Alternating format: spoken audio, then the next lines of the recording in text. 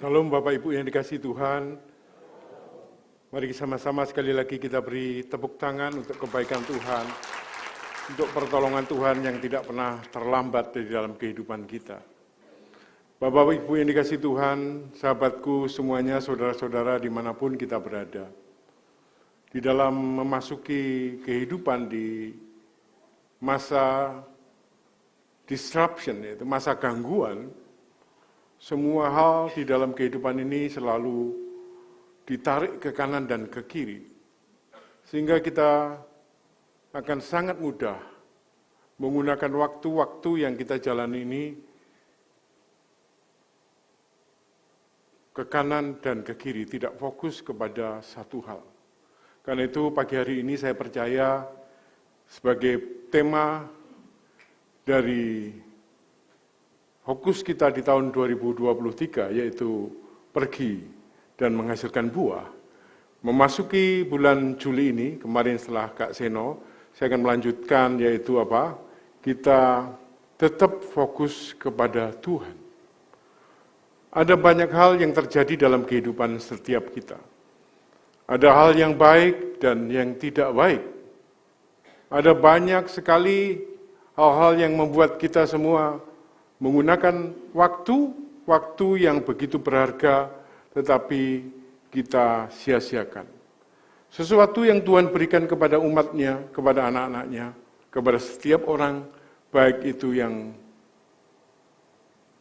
memiliki jabatan yang tinggi, jabatan yang biasa, yang tidak memiliki jabatan sampai kepada pemimpin tertinggi, yaitu waktu.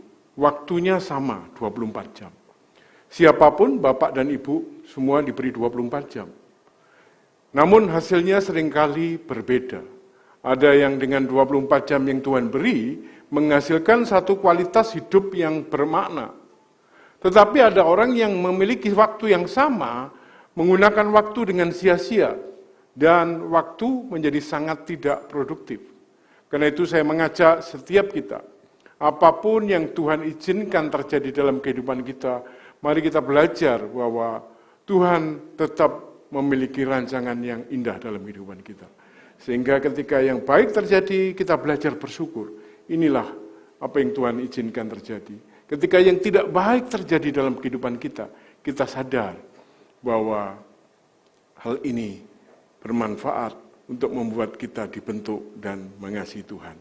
Jadi saya sharing atau khotbah pagi hari ini, saya beri judul, melihat kebaikan Tuhan saat menghadapi masalah sekalipun. Ya. Ayatnya di dalam Ibrani 12 ayat 1 dan 2 dalam terjemahan baru, karena kita mempunyai banyak saksi, bagaikan awan yang mengelilingi kita, marilah kita menanggalkan semua beban dan dosa yang begitu merintangi kita, dan berlomba dengan tekun dalam perlombaan yang diwajibkan bagi kita. Ada satu perlombaan, ada banyak saksi. Artinya apa Bapak Ibu? Kehidupan kita sebagai orang yang percaya kepada Tuhan Yesus sedang dilihat. Apakah kehidupan kita itu berbeda dengan kehidupan orang-orang yang tidak mengenal Tuhan Yesus? Ada banyak saksi yang mengelilingi. Ada suatu perlombaan yang diwajibkan.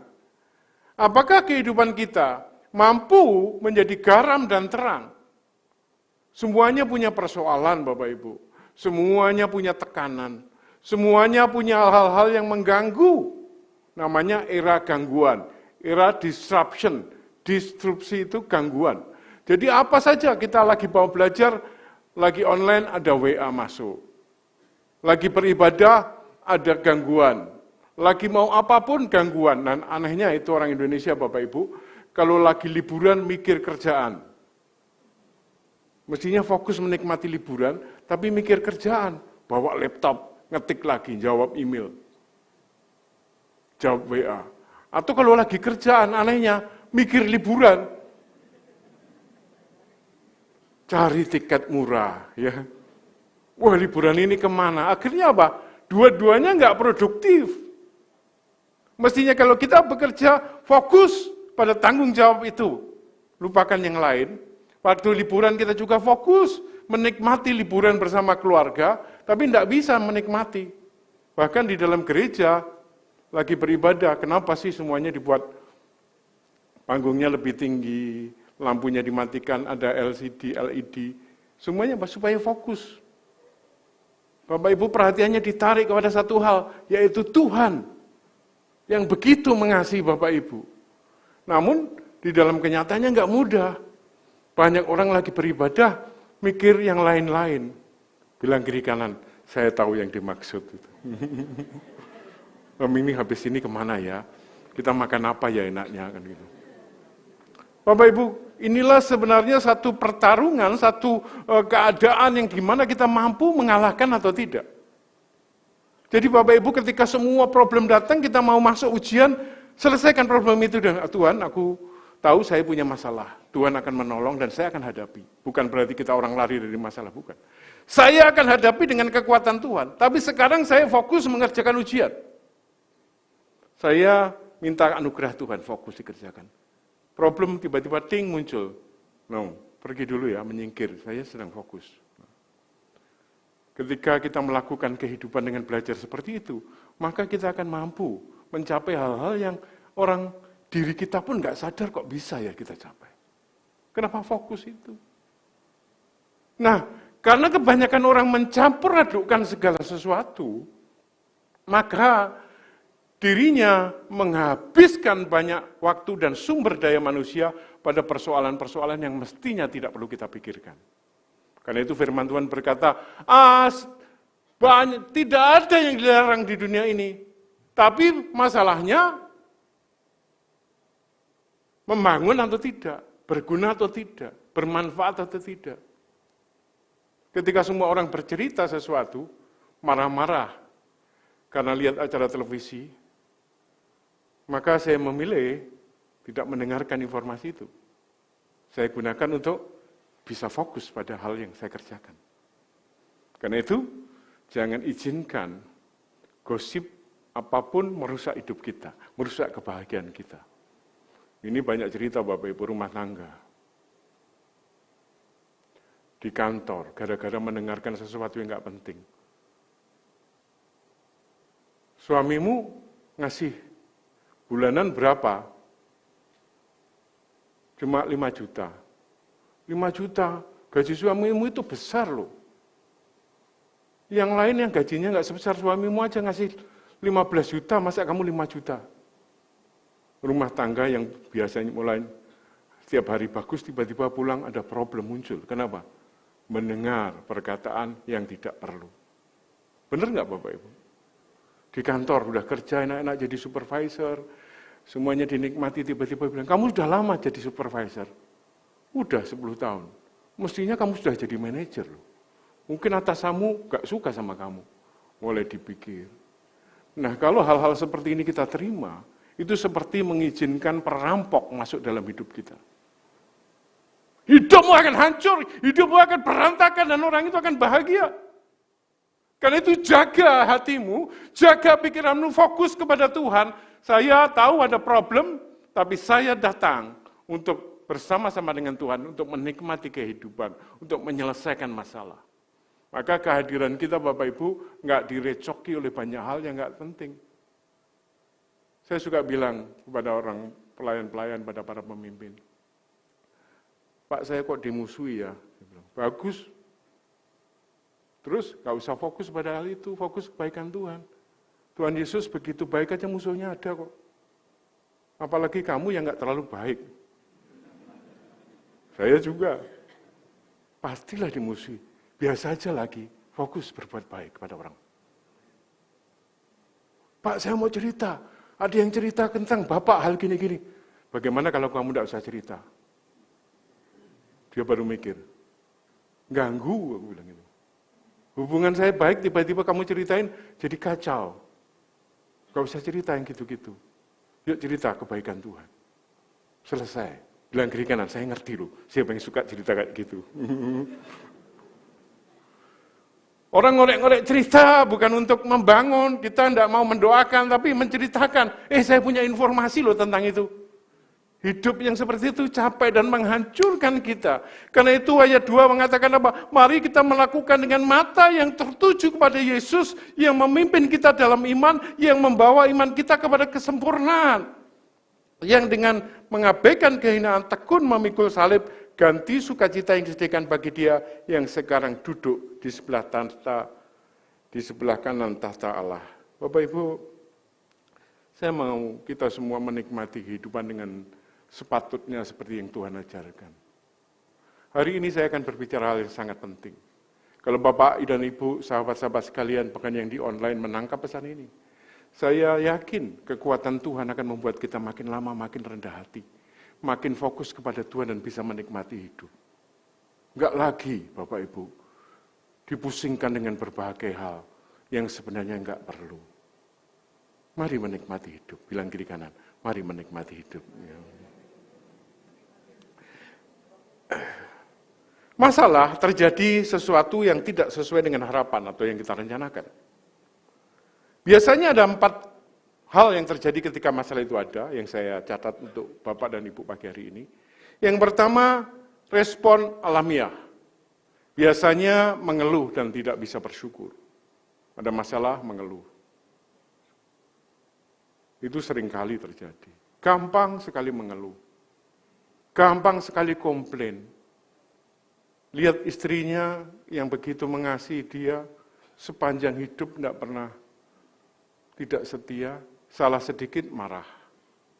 Lihat suaminya yang mengasihi dia, mau mati untuk dia, bekerja keras untuk dia, salah sedikit lihat masalahnya aja. Bapak Ibu, saya menikah sudah hampir 30 tahun lebih. Tahun ini tahun yang ke-31. Saya tahu pernikahan kami bahagia bukan karena kesempurnaan, karena ada justru banyak persoalan. Banyak problem, ketidakcocokan, suami istri yang menurut saya, untung istri saya mendengar dengan hati yang siap ya, yang sangat dominan, semuanya didrive oleh dia. Tentu saya juga nggak sempurna bagi dia. Tetapi ketika kita fokus pada kebaikan Tuhan, ada banyak hal yang baik yang istri saya. Hingga sepanjang pernikahan, di situ ada kasih, ada pengampunan, ada penerimaan apa adanya. Itu yang membuat kita bahagia. Adalah omong kosong kalau kita bilang bahwa pernikahan kita bahagia karena istri yang sempurna, suami yang baik. Nah. Pekerjaan yang luar biasa, bukan. Semuanya baik karena apa? Kita pandang itu baik. Semuanya indah karena kita melihat yang baik dari pasangan kita. Dan kita mendukung, mengucapkan terima kasih ya, kalau aku nggak menikah dengan kamu, apa jadinya hidupku. Jadi suami dan istri kita tidak sempurna, pekerjaan kita tidak sempurna, pimpinan kita tidak sempurna, tidak ada kantor, wah enak ya di tempatmu, semuanya kalau kita masukin tidak seindah warna aslinya. Gereja tidak ada yang sempurna Bapak Ibu, pemimpin jemaat, pendeta, gembala, nggak ada yang sempurna. Kalau kita lihat kekurangannya, itu membuat kita sah untuk marah. Seolah-olah ya tergantung keinginan kita. Kita ingin marah, kumpulkan bukti-bukti yang membuat kita marah. Tapi kalau kita ingin mengucap syukur, lihatlah kebaikan dan ampunilah segala kelemahan. Katakan amin. Nah itu kuncinya, as simple as that dalam hidup ini. Sehingga kalaupun kita harus menghadapi masalah, nanti kita bisa memilih untuk bersyukur. Yang kedua, cara Tuhan membentuk kita melalui masalah. Bapak Ibu, banyak orang yang nggak mau menghadapi masalah, justru itu masalah. Bapak Ibu, kalau engkau punya tujuan hidup, setelah kuliah, bekerja, kemudian apakah cukup di situ? Oh enggak, saya ingin punya perusahaan. Harus punya masalah. Engkau harus keluar. Sabtu Minggu engkau gunakan untuk membangun networking, belajar. Tetapi engkau ingin punya keinginan, hanya keinginan saja, ya nggak pernah jadi. Itu namanya wish, mimpi kali ya. Kamu pengen apa? Pengen jadi pengusaha. Tahun depan saya pengen deposito saya naik 10 kali lipat. Caranya gimana? Nggak tahu. Ya nggak pernah nyampe Bapak Ibu. Ya kayak orang kuliah itu. Pak, saya waktunya ngerjain tesis. Terus, sudah buat jurnal, baca buku? Belum. Sudah konsultasi? Belum. Sudah diskusi? Belum. Terus, maumu apa? Semua indah pada waktunya. Bilang kiri kanan itu ngawur, Bapak Ibu. Itulah iman yang salah. Kenapa? Iman itu ditunjukkan lewat perbuatan. Yakobus menulis, I will show my faith through my action. Tindakan kita itulah iman kita.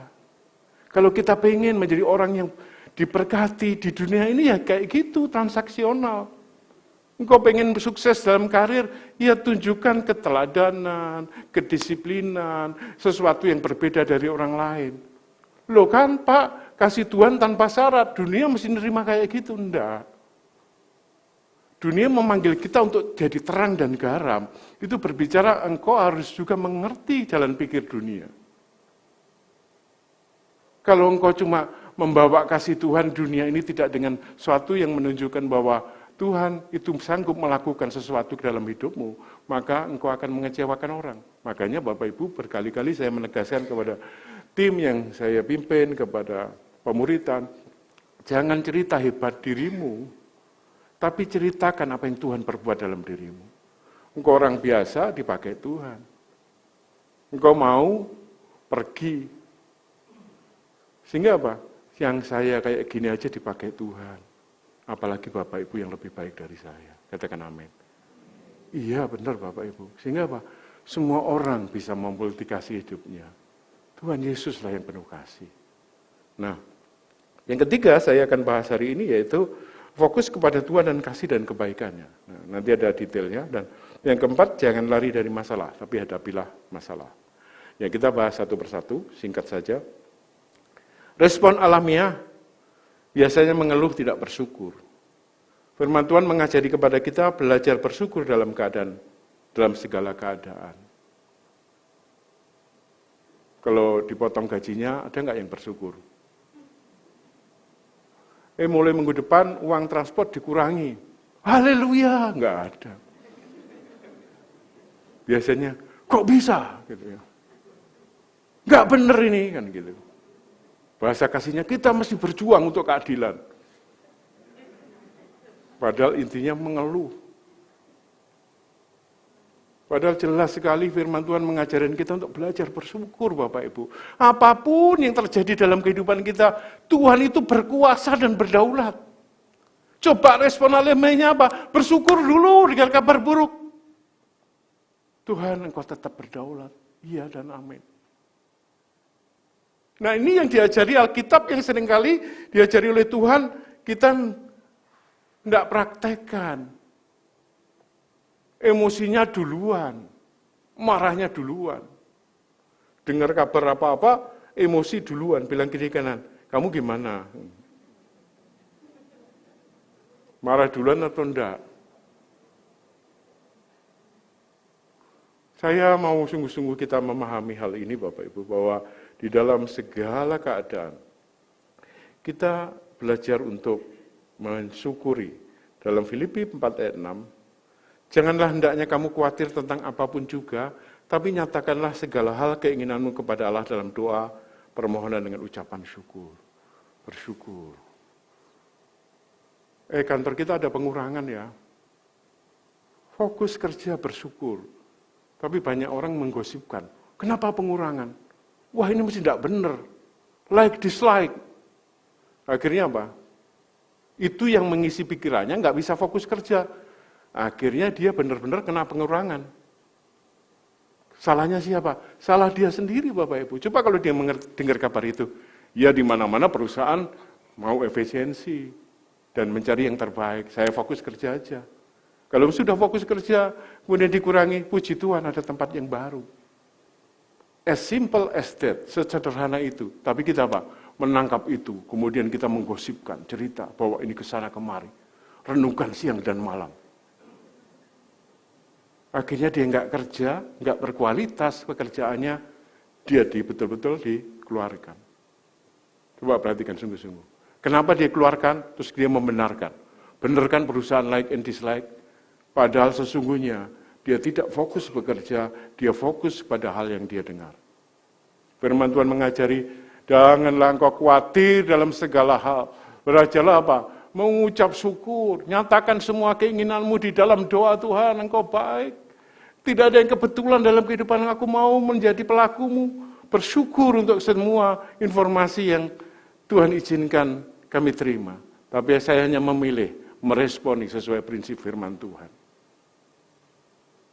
Jadi di pelayanan juga nggak kebal, di rumah tangga juga nggak kebal. Banyak orang mau cerita tentang Bapak. Saya mengajarkan kepada para pemimpin, nggak usah didengar. Oh, cerita tentang bos kita, nggak usah didengar. Karena itu menghancurkan hati murnian kita. Tiba-tiba kita jadi nggak suka. Pemimpin yang ini suka gini loh ya. Nggak seperti Bapak. Saya kasih tahu orang seperti itu paling bahaya. Karena dia juga cerita pada pemimpin yang sana menjelek-jelekan kita. Tahu nggak sih? Kalau kita diajak bergosip, sementara kita pergi, kitalah yang menjadi sumber objek untuk digosipkan. Jadi bilang kiri kanan, berhenti gosip, fokus kepada Tuhan. Amin Bapak Ibu. Nah, yang kedua, dalam respon alamiah, jangan takut, jangan khawatir kalau kita tahu bahwa ada 365 pesan seperti ini. Artinya 1 tahun itu ada 365 hari. Ada banyak masalah, setiap hari bahkan, tapi Tuhan mengingatkan, setiap hari juga jangan khawatir. Apakah kekhawatiranmu bisa menambahkan sehasta pada pandang hidupmu? Enggak. Khawatir enggak menyelesaikan masalah. Tapi yang menyelesaikan masalah apa? Berdoa dan bertindak. Karena itu Bapak Ibu belajar, kalau dengar kabar buruk apapun. Makanya penipuan itu berhasil zaman dulu. Kalau ditipu, anak Bapak kecelakaan, anak Bapak narkoba ditangkap polisi, segera transfer Pak, langsung khawatir kan. Tenang, anak yang nomor berapa ya? Wong saya nggak punya anak. Ada yang khawatir, padahal nggak punya anak. Wah ini gimana? Anak kita ditahan polisi, narkoba, minta uang Pak harus dikasih. Kita ini nggak punya anak, kamu kok bingung kan gitu. Kayak gitulah perumpamannya ekstrimnya. Banyak hal terjadi sebenarnya nggak kita cukup tenang. Tuhan berdaulat. Memang kita tidak berarti kita lambat dalam mengerjakan sesuatu, bukan Bapak Ibu. Kita cepat-cepat bertindak, tetapi dengan satu informasi yang akurat. Banyak kita terlalu buru-buru, meresponi sehingga apa? Mengecewakan dan membuat kita sedih. Karena itu jangan pernah khawatir, belajar. Satu-satunya kita tidak khawatir adalah mulai hiduplah bersama dengan Tuhan. Ketika kita melekat sama Tuhan, maka kekhawatiran itu akan kita gantikan dengan semakin percaya. Kemudian ada banyak janji Tuhan, bahwa Tuhan tidak pernah meninggalkan kita. Allah turut bekerja dalam segala sesuatu. Masa depan kita adalah gilang gemilang dalam Tuhan. Bukan masa depan kecelakaan, tetapi hari depan yang penuh pengharapan. Tuhan memberikan kepada kita anaknya untuk mengasihi kita, bukan untuk menghakimi kita. Engkau dikasihi Bapak Ibu. Bilang kiri kanan, engkau sangat dikasihi Tuhan. Sangat-sangat. Coba bayangkan anaknya satu-satunya menebus engkau, apalagi cuma masalah rumah tanggamu, masalah pekerjaanmu, masalah hubungan suami istri, masalah apalagi bisnis. Tuhan menyediakan berbagai cara untuk menolong engkau. Karena itu yang pertama, belajar bersyukur apapun yang terjadi. Amin Bapak Ibu? Belajar bersyukur. Mobil ditabrak orang, diserempet. Bersyukur aja. Jangankan diserempet, dipotong aja emosinya sudah keubun-ubun. Jadi kodok orang ini kan gitu. Banyak hamba-hamba Tuhan juga jatuh dalam hal seperti ini. Karena sudah biasa dihormati, sudah dianggap nomor 1, semua dengar dia. Di jalan memang siapa lu? Gitu. Bapak Ibu kita ini nggak boleh hebat jago kandang. Merasa temannya banyak itu di gereja, di luar belum tentu kita punya teman. Di luar siapa engkau? Dulu ada seorang bercerita, saya punya penetua yang hebat. Namanya disebutin penetua kita. Pendiri CMN gini-gini. Di dalam forum dia cerita gitu. Terus selesai forum ditanya, itu siapa yang kamu sebutin tadi? Nggak kenal Bapak Ibu. Kita bagian dari sebuah masyarakat yang besar.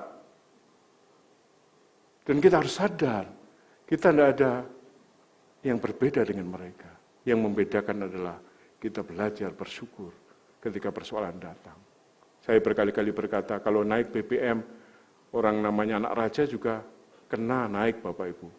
Gak bisa bawa kartu Abalaf, terus saya Abalaf anak raja. Aku perintahkan BBM tidak naik. Mas, minggir dulu mas, yang lain antrian banyak kan gitu. Nggak bisa kita menghadapi problem yang sama, yang kita bisa bilang, aku bersyukur negara ini mengatur dengan baik. Saya akan belajar untuk taat. Ya, Bapak Ibu, respon alamiah. Yang kedua, masalah adalah cara Tuhan membentuk kita. Masalah itu ada dua, masalah karena sebab sendiri, yaitu karena kemalasan, kelalaian, ada persoalan yang kita sendiri disebabkan oleh diri sendiri. Yang kedua, karena kita ingin bergerak maju, tetap ada masalah. Oh, kita mau renovasi gedung. Masalah. Kenapa? Semua kenyamanan kita berubah. Karpetnya dibongkar, AC-nya diperbaiki. Terus kita tidak bisa bilang, jangan bongkar karpet. Saya mau renovasi tapi jangan bongkar karpet. Ya tidak jadi. Itu masalah karena kita ingin berubah menjadi lebih baik. Kita ingin apa? Sesuatu yang baik. Oh, saya ingin buat bisnis. Masalah muncul. Tapi itu masalah yang baik. Jadi yang baik maupun yang tidak baik, masalah tetap datang. Oh, saya ingin anak saya bisa main musik, bisa main keyboard. Setiap hari dia harus antar anak itu ke tempat latihan, atau kita panggil guru, kita keluarkan uang, kita keluarkan waktu, masalah muncul. Ketenangan rumah tangga terganggu. Kenapa? Expenses-nya bertambah, waktunya bertambah, masalah muncul, harus disikapi. Jadi Bapak Ibu, tanpa masalah kita tidak bisa naik kelas. Tanpa masalah tidak membuat kita akan menjadi kuat berdiri. Karena itu masalah tentu biasa saja. Gitu. Jadi kalau kita dimusuhi orang, bilang kiri kanan, masalah buat lu. Kan gitu. Biasa Bapak Ibu. Ketika kita jadi hamba Tuhan, saya bilang para PKS, ada saatnya kamu punya keinginan yang sungguh-sungguh, kamu berdoa di kaki Tuhan, terus anggota komselmu nggak ada yang ngerti. Terus engkau berjalan sendiri. Ya jangan menyerah.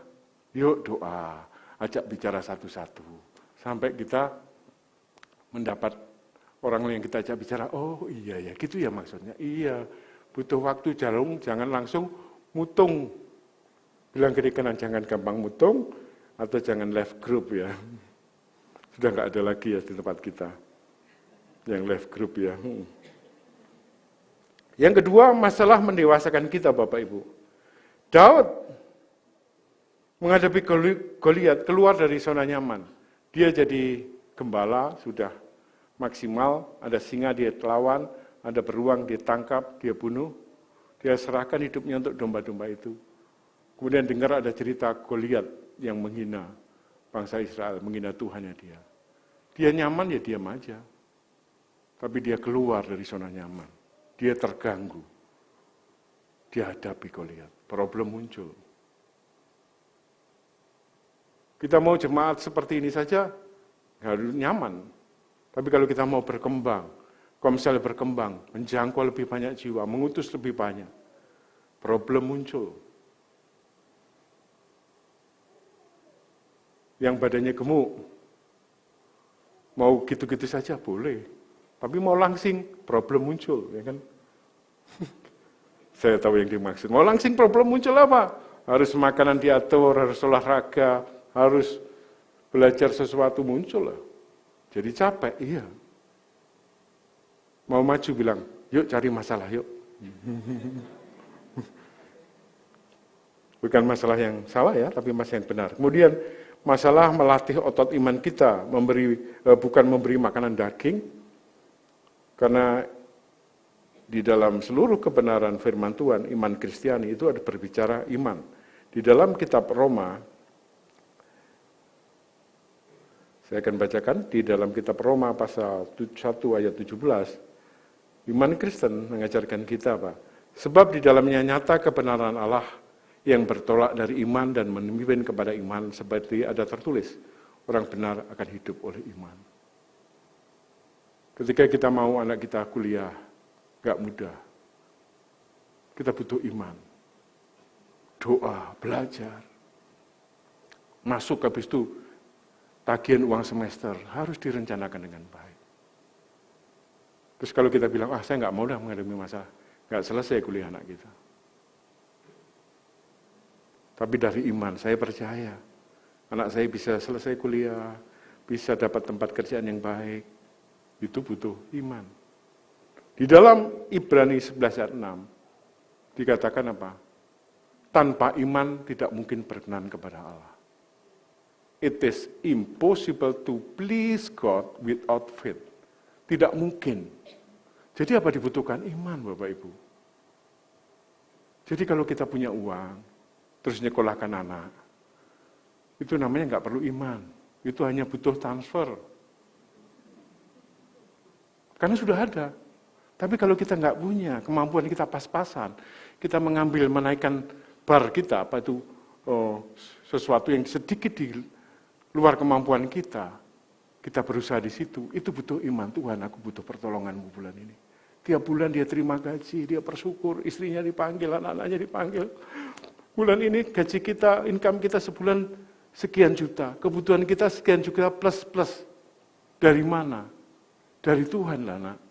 Bisa, kita lihat sama-sama. Yakin, nggak terlalu yakin juga. Tapi Tuhan kita mengatakan seperti itu. Doakan yuk. Begitu doa sepakat di situ, tiba-tiba akhir bulan ada aja rezekinya dan uangnya sisa. Itulah iman, Bapak Ibu. Dirancangkan dengan baik, dikurangi yang tidak perlu, kemudian kita fokus supaya anak kita bisa kuliah bersama-sama. Kalau nggak perlu iman gimana? Nggak usah sekolah. Udah, SMA cukup cari kerja. Boleh? Ya boleh saja, nanti Tuhan berkati lewat pekerjaan. Tapi kalau kita mau menaikkan iman kita, karena tanpa iman tidak mungkin berkenan kepada Allah. Apalagi yang mesti kita kejar dalam hidup ini. Kita doa Tuhan kasih satu tanggung jawab. Tapi semuanya mesti diraih dengan iman, Bapak Ibu.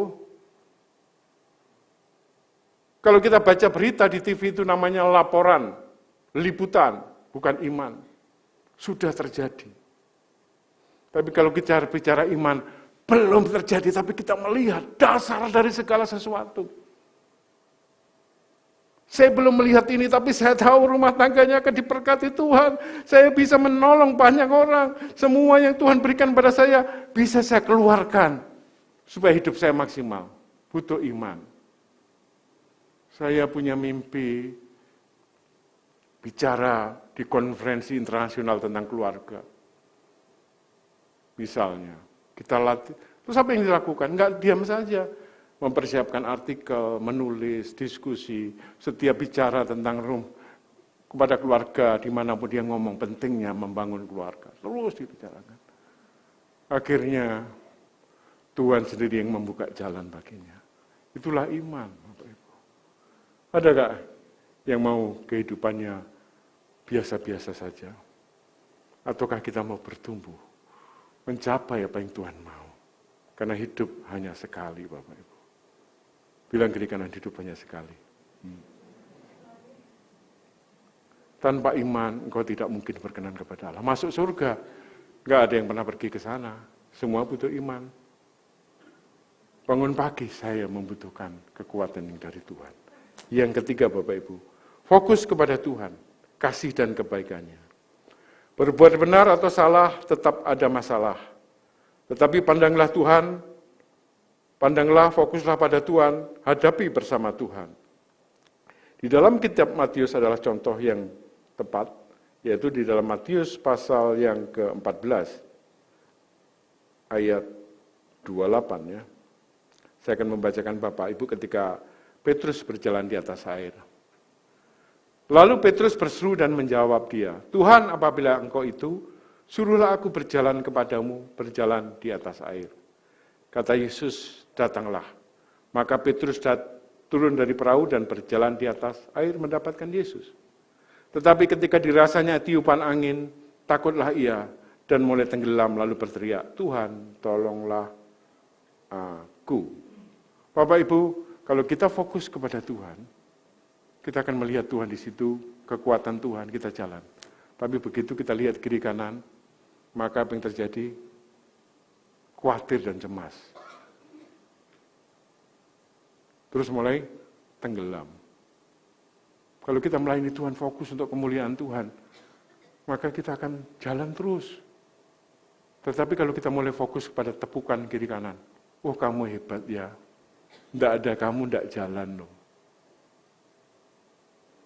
Itu sudah mulai menoleh ke kiri dan ke kanan. Sebentar lagi dia tenggelam.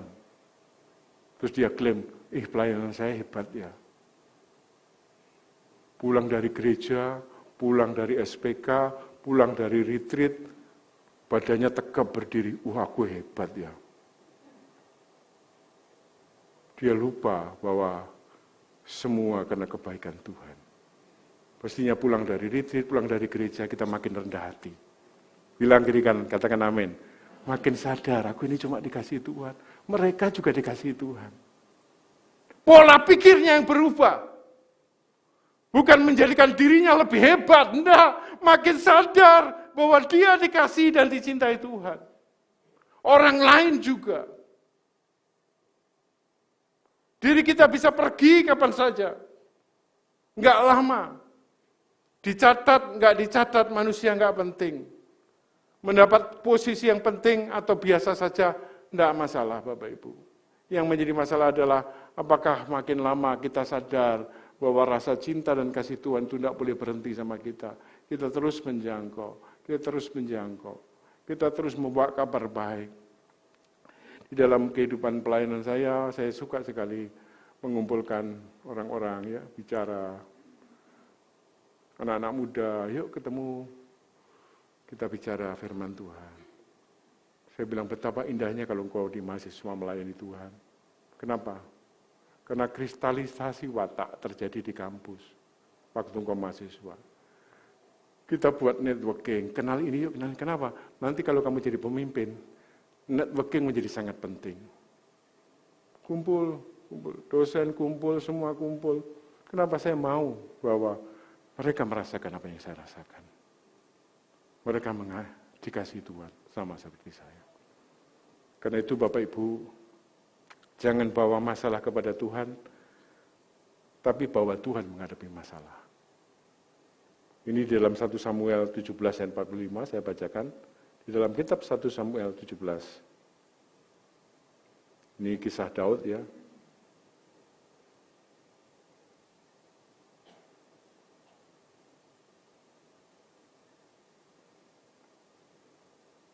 Tetapi Daud berkata kepada orang Filistin itu, engkau mendatangi aku dengan pedang dan tombak dan lembing. Tetapi aku mendatangi engkau dengan nama Tuhan semesta alam, Allah segala barisan Israel yang kau tantang itu. Inilah tindakan iman Bapak Ibu. Seringkali kita nangis di kaki Tuhan. Ada masalah enggak kita hadapi. Kita terus Tuhan cerita Tuhan masalahku terlalu besar. Aku enggak sanggup. Tuhan bilang apa? Aku sudah tahu. Engkau pasti enggak sanggup. Jadi apa? Diganti, datangi masalah. Sudah kita berdoa, kita dikuatkan, kemudian kita hadapi masalah dengar baik-baik. Kamu boleh membawa masalah apapun, tapi saya katakan, aku datang dengan Tuhan Yesus Kristus yang penuh cinta dan tidak pernah meninggalkan aku. Aku hadapi engkau.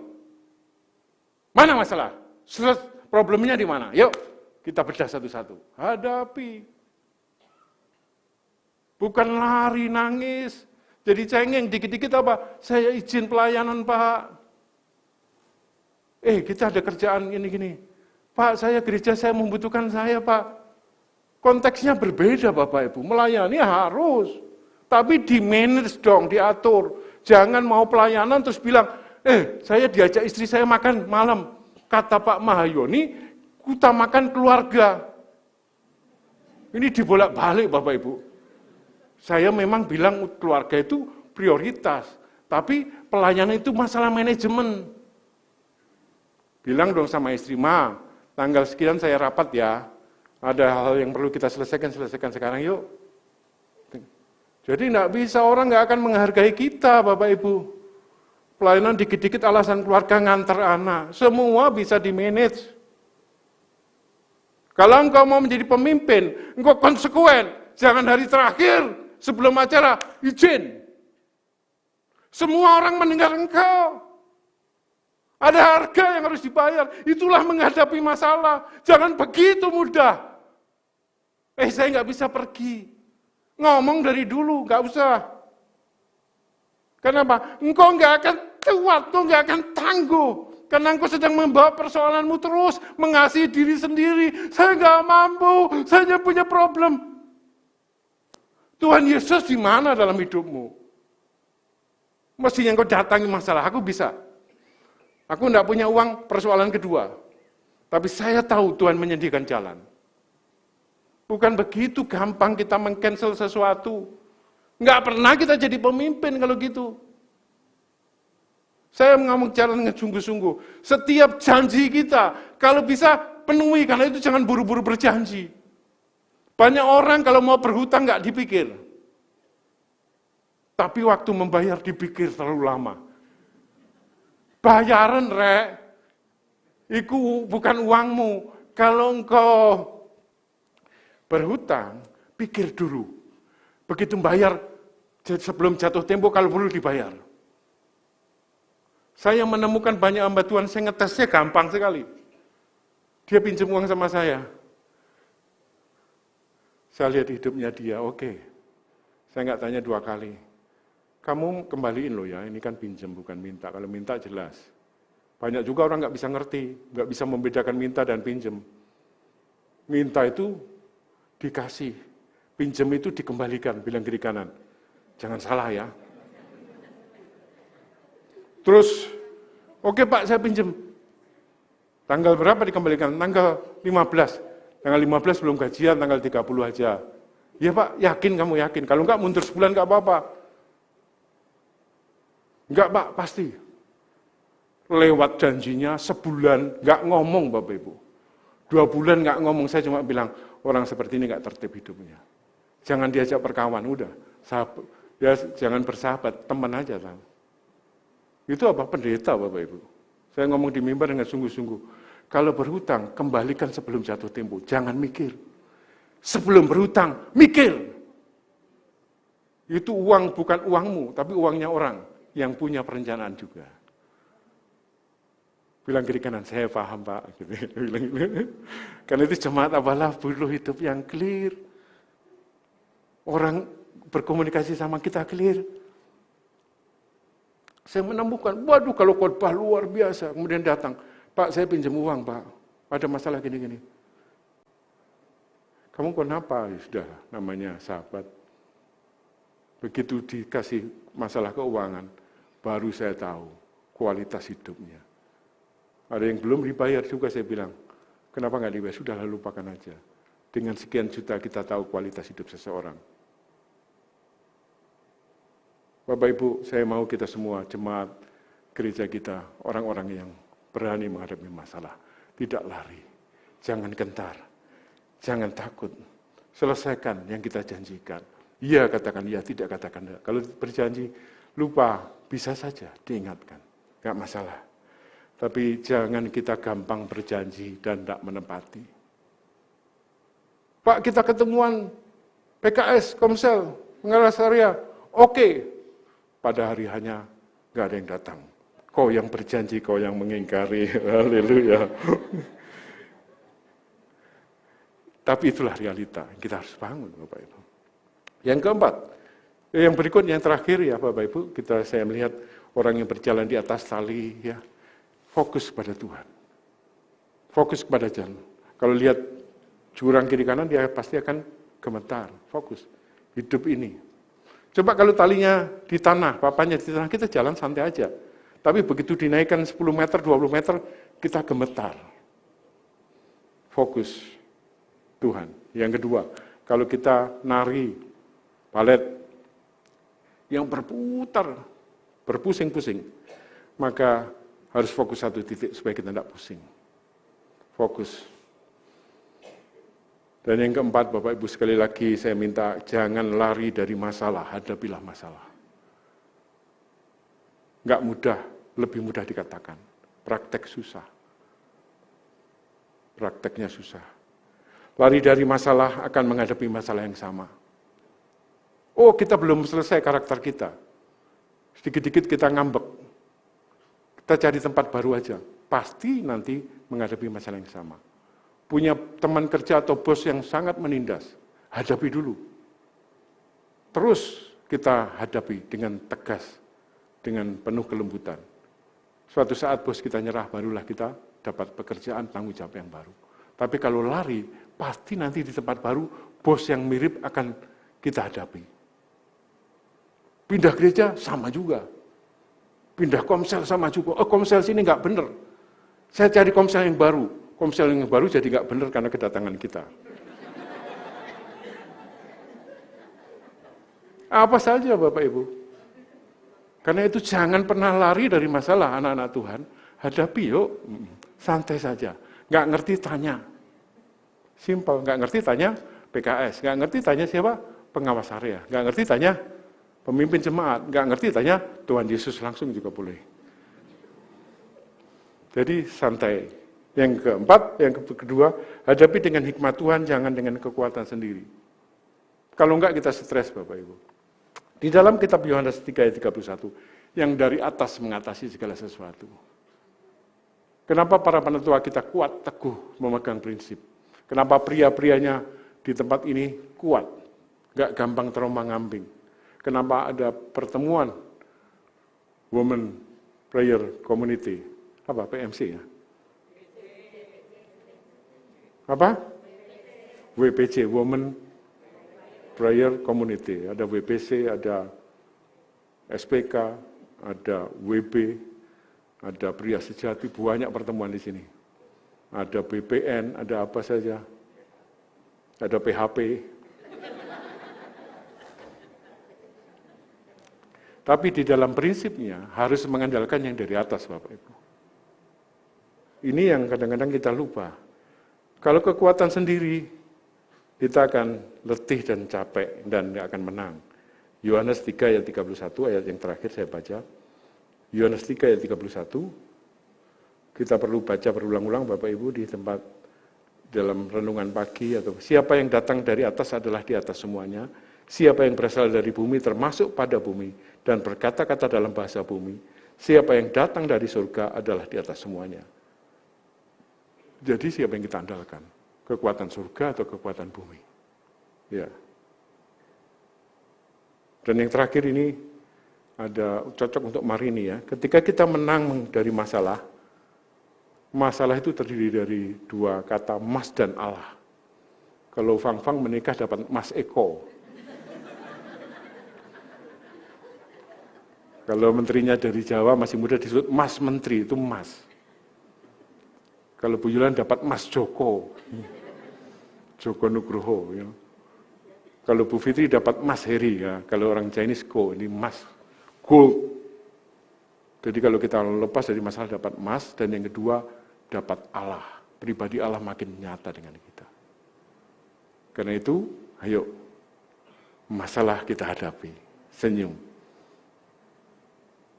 Tegakkan kepalamu, katakan, di manakah masalah engkau ada? Yuk saya undang pemusik, boleh ke depan. Pesan Tuhan hari ini Bapak Ibu, kita akhiri dengan membaca bersama-sama dan memuji sesuai dengan Mazmur pasal 23. Tuhan adalah gembalaku. Saya mau mengajak kita semua menyadari, Gembala Agung, yaitu Tuhan Yesus, menuntun dan memimpin kita ke padang rumput yang hijau, ke air yang tenang. Ia menyegarkan jiwaku. Ia menuntun aku di jalan yang benar oleh karena namanya. Sekalipun aku berjalan dalam lembah kekelaman, aku tidak takut bahaya. Sebab engkau besertaku. Mari kita tundukkan kepala kita. Boleh nyanyi, Tuhan adalah gembalaku.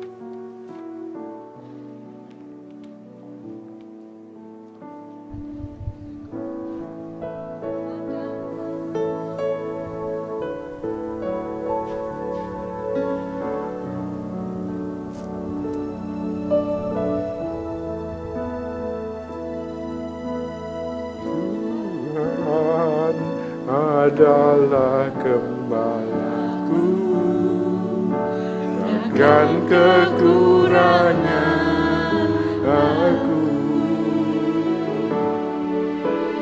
Ia membaringkan aku di padang yang berumput hijau.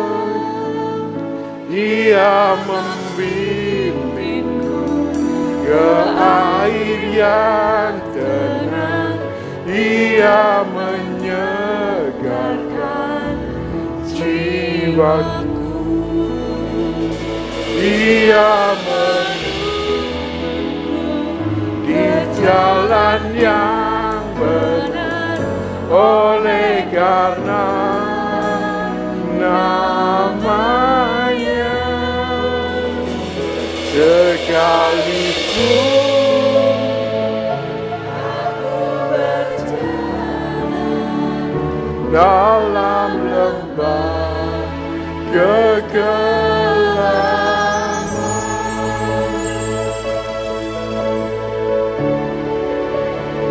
Bapak Ibu, mari kita bangkit berdiri. Mari kita datang kepada Tuhan.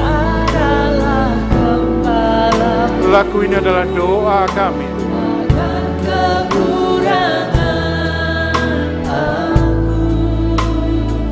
Janji-Mu kami tidak kekurangan. Engkau membaringkan aku, Tuhan, di padang yang berumput hijau.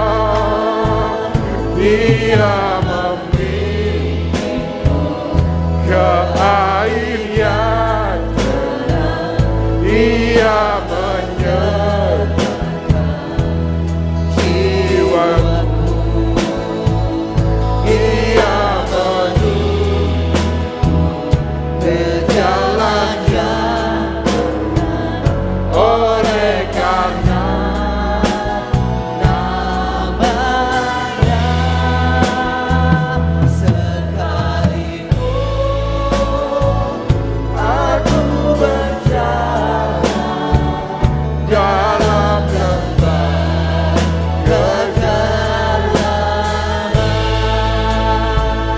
Bapak Ibu yang dikasihi Tuhan, mari kita ambil waktu berdiam diri di hadapan Tuhan dengan jernih dan fokus melihat kehidupanmu selama ini. Lihatlah perjalanan kehidupanmu. Adakah masalah-masalah yang kau hadapi sehingga engkau merasa kecil? Engkau takut dan khawatir berkelebihan. Pagi ini firman Tuhan mengingatkan dan menguatkan setiap Bapak Ibu. Engkau sangat dicintai, engkau sangat dikasihi. Dia datang tidak untuk menghakimi engkau. Dia tidak menunjuk dosa-dosamu, tapi dia memberikan kasih-Nya kepadamu, memberikan tuntunannya kepadamu. Dia tidak menghakimi engkau, tidak menuntut engkau, tetapi dia mengasihi dan menuntun engkau. Dia membaringkan engkau di padang berumput hijau. Rasakan Bapak Ibu ada di padang rumput hijau. Engkau dibimbing ke air yang tenang. Engkau yang letih lesu dengar kesegaran yang dari Tuhan terjadi dalam nama Yesus. Bahkan engkau dituntun ke jalan yang benar. Janganlah engkau khawatir apapun juga Bapak Ibu. Nyatakan segala kekhawatiranmu di dalam keinginan dan keinginanmu di dalam doa dan ucapan syukur. Tuhan mempersiapkan yang baik bagi masa depanmu. Tuhan sedang mempersiapkan sesuatu yang besar. Apa yang tidak pernah engkau dengar, apa yang tidak pernah engkau lihat, apa yang tidak pernah timbul dalam hati dan pikiranmu. Begitu banyak hal yang baik disediakan Tuhan untuk hidupmu. Jangan percaya kebohongan iblis. Jangan percaya. Tapi percayalah kepada janji dan kebenaran firman Tuhan. Dia sangat mengasihi engkau. Firman Tuhan hari ini tidak untuk menghakimi, tapi untuk menunjukkan kasih-Nya padamu. Engkau dikasihi, engkau dicintai. dia menggandeng tanganmu, dia menepuk pundakmu. Aku sungguh mengasihi engkau, aku sungguh mencintai engkau. Dalam nama Tuhan Yesus, maukah engkau bersama-sama dengan kekuatan Tuhan menghadapi masalah yang ada dalam dirimu dan tidak lari dari masalah itu. Jika engkau mau, boleh tanganmu taruh di dada dan kita pujikan dengan sepenuh hati Mazmur 23 sebagai doa kita.